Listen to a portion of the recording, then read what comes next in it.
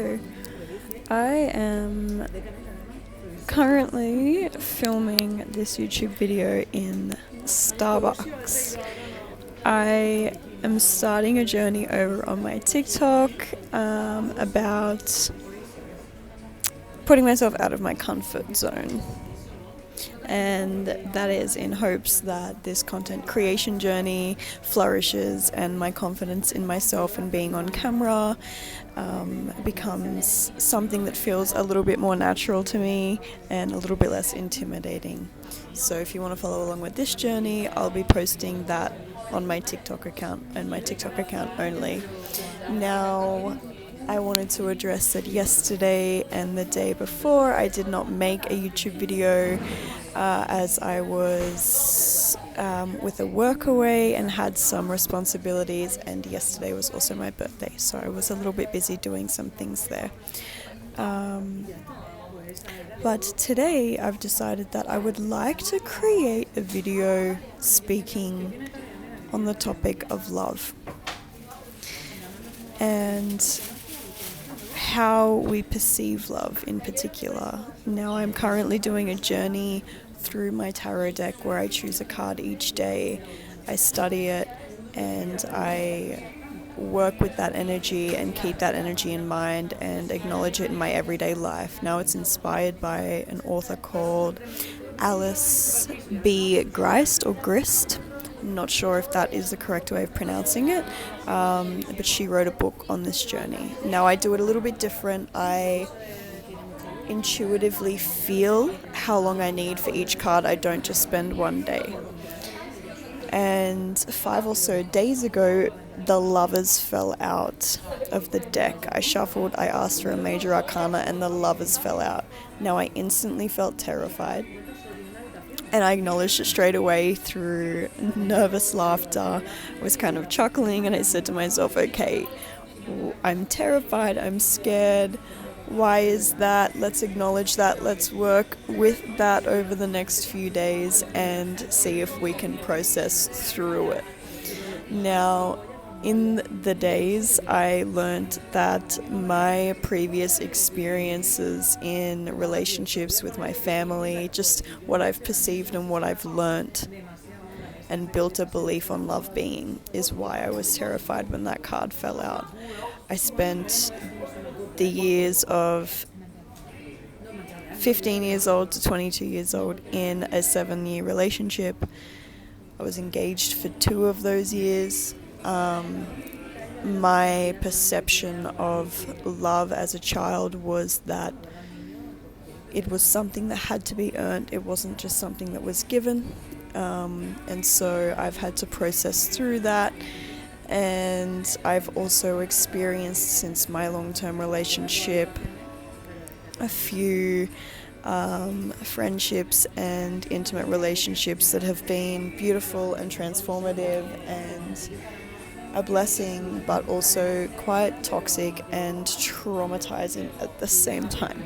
So I wanted to use this card as an opportunity, 333 as I look down, I wanted to use this card as an opportunity to reshape and foundationalize, if that's even a word, I think you get what I mean though, what love is to me. And I wanted to share that here on this channel because I really want to challenge you all during this Scorpio period, this transformational healing, intense healing period, to ask yourself where your belief on love has come from. If it's yours, if it's been handed to you, if it's something you've seen on the internet, if it's from the people around you, your parents, the relationships you've been in. What do you believe about love now, and what would you like to believe about love? Forget about all the external. What would you like to believe about love? Is it a Disney princess love? Is it something that you only see in movies? Because our belief shapes our reality, and our external matches our internal. So our physical reality can only create and materialize and offer us what we have inside. A big part of that is your self-love as well, which I would like to address in a separate video, just to keep the video length decent.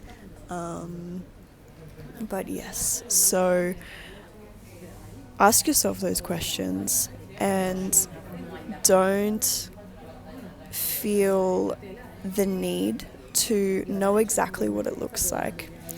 Because when we identify what we believe and what's not serving us and what we don't want to believe anymore, and we work on processing through that and releasing that and letting that go, we actually make room for new to come in without the process of having to figure it all out and having it all worked out. We allow the universe space to fill, and we allow ourselves space to experience and build our own beliefs.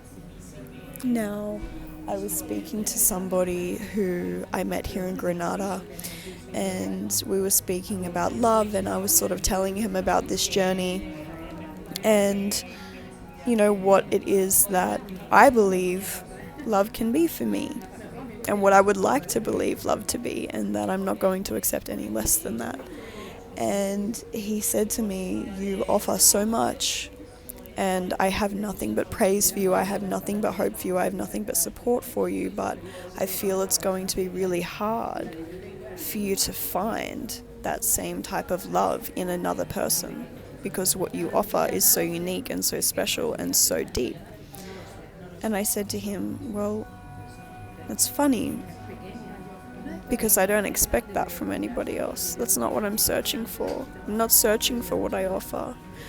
What I am searching for is what I deserve, and what I know and what I feel within my being that I deserve." Now, what also came up in that conversation, which I think is a really interesting way for you guys watching to process through, is I said to him, if I created a list of ways in which I wish my father had have shown up for me as a child, I expect the person that I want to walk hand in hand with to offer me those things as a bare minimum.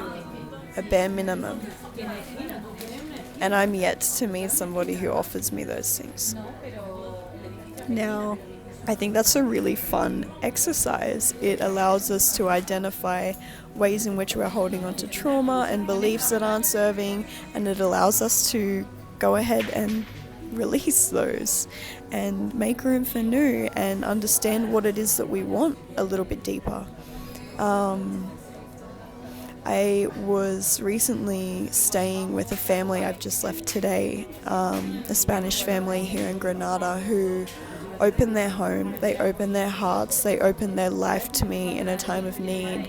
And immediately upon entering their home, I was accepted and I was loved unconditionally for who I was, which after about 48 hours caused me to physically break down in tears, because I had never witnessed love as pure and as unconditional as what was being offered to me in this home, and I voiced my concern of not being able to offer that back. And they said to me, this woman said to me, "You are enough as you are. We don't expect you to be or do or act in a certain way. We love you as you are, and that is that. You are deserving of love. You do not need to earn it." And it healed something within me, for sure. It cracked my heart wide open, and it allowed me to identify where in my life I've been shown and demonstrated an idea of love that is not accurate, that I'm holding on to because I believe that's what I'm deserving of, because that's what I've been given and taught and shown. Now, I've now got a space to release that, and I've spent the last weeks releasing that and accepting love in and building a new narrative and writing a new story and getting excited for love to come into my life. I'm feeling where love is present in my day-to-day activities. I walk down the street here in Granada, I look at the buildings and I'm in awe. I'm gobsmacked, I'm breathtaken by the beauty of it all, and I fall more and more in love with life every single day, which is such such a blessing, and I want that for everybody, which is why I'm sitting here making this video right now in Starbucks. Just reiterating, it's a little bit scary.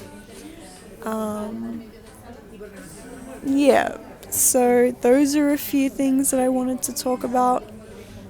The ways in which, just to wrap up that little conversation, the ways in which we're holding on to beliefs about love, where those beliefs come from, what we would like to believe moving forward, and being gentle to ourselves and allowing ourselves to release without the need to know what comes in.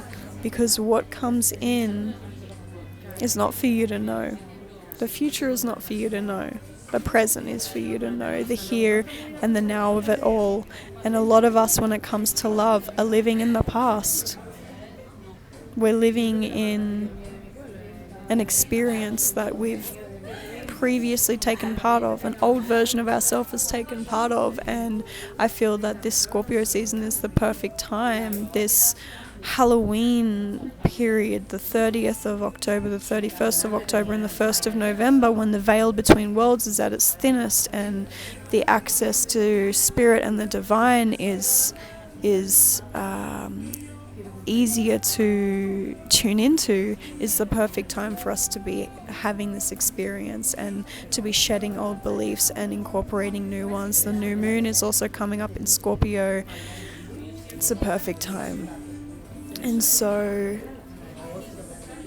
I just wanted to bring that here. I could talk about this forever, but as you know, if you've watched my last videos, my YouTube videos need to be less than 15 minutes until I can get my account verified. So I am going to wrap it up here, because if I open another topic, I will go over that 15-minute mark.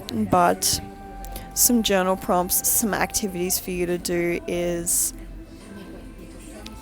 what was love to me when I was a child? What beliefs did I have about love before society told me they were unrealistic? What would I like to believe about love that I'm not currently letting myself believe in? Play with these types of topics. Create your own journaling prompt questions. Create a list of ways in which you wish your father had have shown up for you if you're a girl, and if you're a boy, create a list of ways in which you would have liked your mother to show up for you as a child, and start there. Start picturing a significant other in your mind's eye that matches what you would have desired, and ask yourself what you think you deserve, and understand that what you're telling yourself you deserve is what you will receive.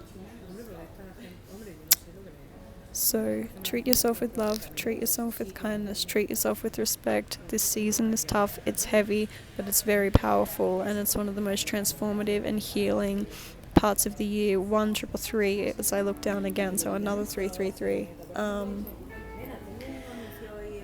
going to leave it there. I hope that you resonated with this. If you did, write in the comments what you want to release, write in the comments what you want to accept, what you want to call in moving forward, and how you would like to see my next videos unfold. I can do some story times, I can do some more topics, I can do some more journey through the tarot with each of the cards. You let me know. I love you, you're supported, you're seen, you're held. If you would like the tarot reading for the collective today, I'm going to post that over on my TikTok, so you can go and have a look there. I appreciate you. You're loved.